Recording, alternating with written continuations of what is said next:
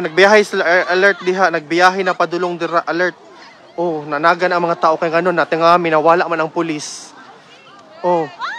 So mubalik dito sa Pikas, guys. Salamat kabayan Alvin, on the way to go po. On the way na po ako. I am a German nurse po. If you are a registered nurse po, you really are needed here. Nanagan ang mga tao, guys.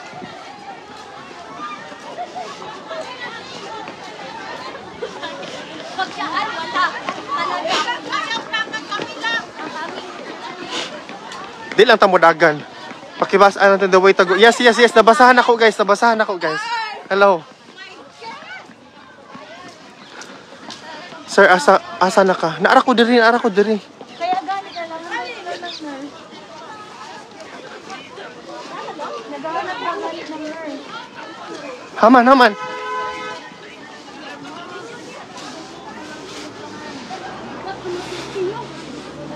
Haman, nakasunod na?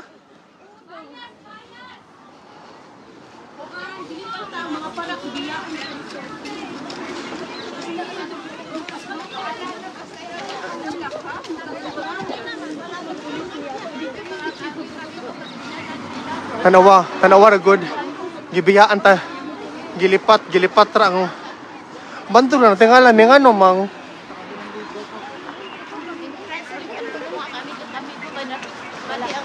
Please add to na ma'am. Hello there. It's really historic, guys. Look at this, guys.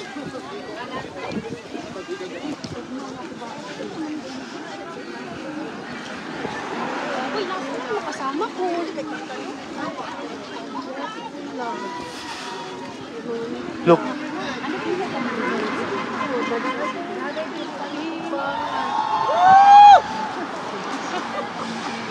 Madiway Tulugay. We are 24,000 strong. Please assist Tata. Yes po. Nakado na po kami. Meron na po kami kausap kanina ng mga nurse. If it's possible po.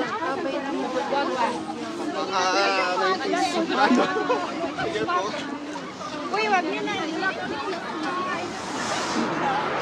Kumay. Pasigda na diri si Tatay Digong.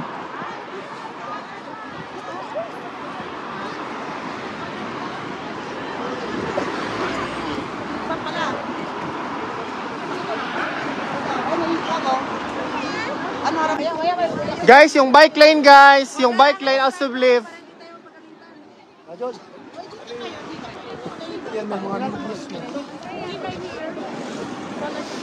Guys, yung bike lane, please, ano natin. Yung bike lane.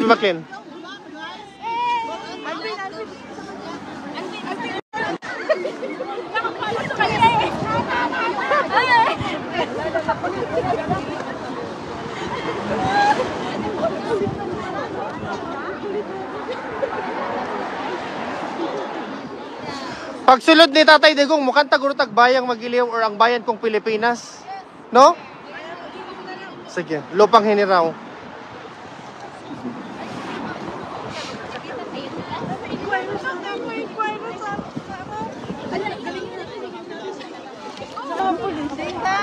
Lumalakas. Di ko katubag sa mga tawag, guys. Please. Unsa daw? Nurse lagi. Aman tong nurse ganina na akong kastorya. Dili na katong registered diri ba na nay kaila.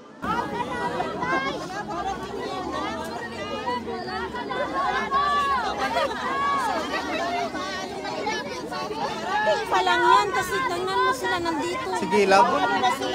Wala yung baka sure kay lahi lagi ang mga istorya. Di kita baka storya. They're blocking the door because that's the reason. Tingnan mo yung sasakyan nila nakaharang. Tingnan mo mga sasakyan nila nakaharang. Correct.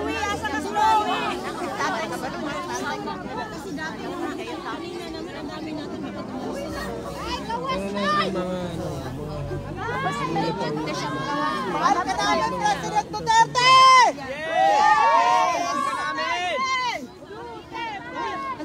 Wala pa talaga nakakaalam kung nakapasok na ba siya o wala kasi nga iba-iba yung mga information na binibigay sa amin.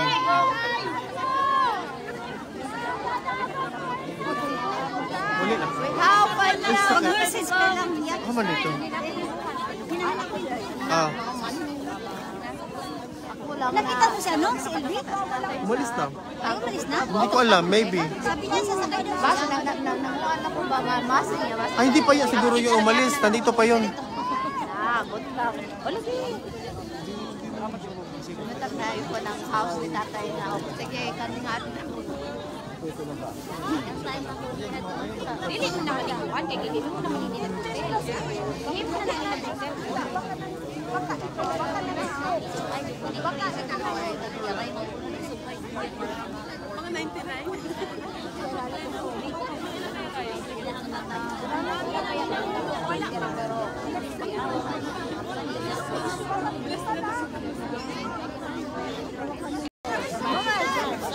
Oy!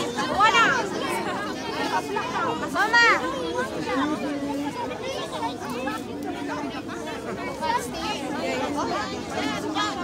We no longer have the banner, guys. Wala na tayong banner po. Wala na po dito yung banner. Hindi. Send him back! Sabi. Send him back! Oy, wala! Send him back! Send him back! Send him back! Send him back! Sinisigaw po ng ating mga kababayan ngayon. We want former President Rodrigo Duterte po to be brought back to the Philippines.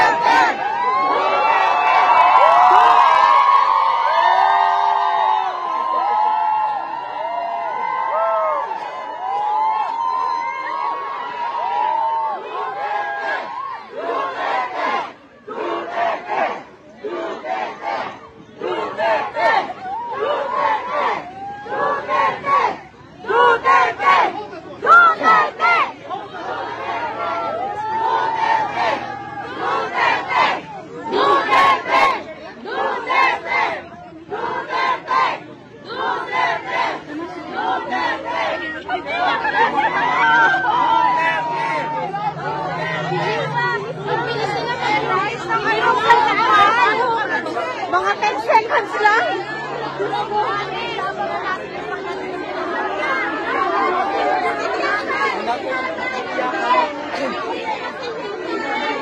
You me now. Go. Come on. What is your question? Where are you from and where are you affiliated to? Reuters. Reuters. Okay, interview me now. Go. Come on. What is your question? How do you feel right now seeing your former president going? We are enraged because we love President Duterte. He loved the Philippines first. That's why we love him. There is no fairness here. ICC doesn't have any jurisdiction in the Philippines. We are no longer, and we are not part of the International Criminal Court, and the International Criminal Court doesn't have any jurisdiction in the Philippines. We insist and we give our petition to release Duterte because he did not receive there's no proper jurisdiction, and he did not receive due process. He was illegally taken from the Philippines. They kidnapped him going here in the Netherlands. That is not how you were saying we should follow the rule of law, but the ICC themselves, they're not following the rules to give him due process. We are crying for due process for President Rodrigo